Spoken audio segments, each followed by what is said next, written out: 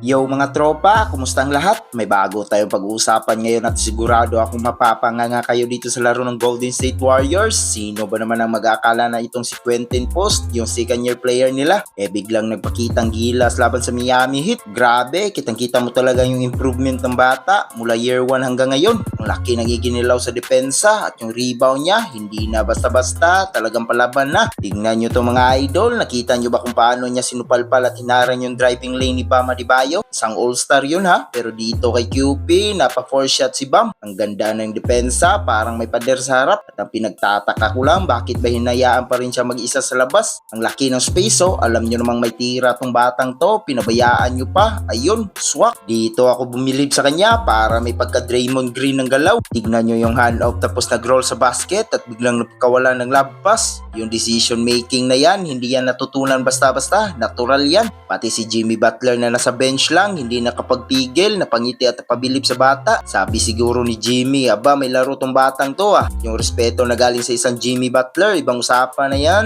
Alam naman natin na hindi si Quentin Post ang pinaka-athletic o pinakamabilis na big man sa liga, pero bawi naman siya sa utak. Napakataas ng basketball IQ niya, kitang-kita niya sa fast break ng Heat, rumisponde agad siya sa help side defense. Kahit si Bam nasa salaksak, hindi siya natatakot, pinilit niya mag-miss yung Miami. Ganyan ang kailangan ng Warriors, yung marunong magbasa ng laro. At heto pa, pati yung mga fake handoff na trademark ni Steph at Draymond, ginagawa na rin niya. Sa huli, nagtapos lang naman si Quentin Post ng 15 points, 9 rebounds at 2 blocks, at ang lupit pa ng shooting percentage niya. Talagang pinatunayan niya na deserve niya ang spot sa rotation. Kaya kayo mga paps, ano tingin nyo? Si Quentin Post na bang kulang sa piraso para muling maghari ang Warriors? Comment niya sa baba at pag-usapan natin yan. Huwag kalimutan mag-like at subscribe para mas marami pang kwituang basketball. Hanggang sa muli, peace out!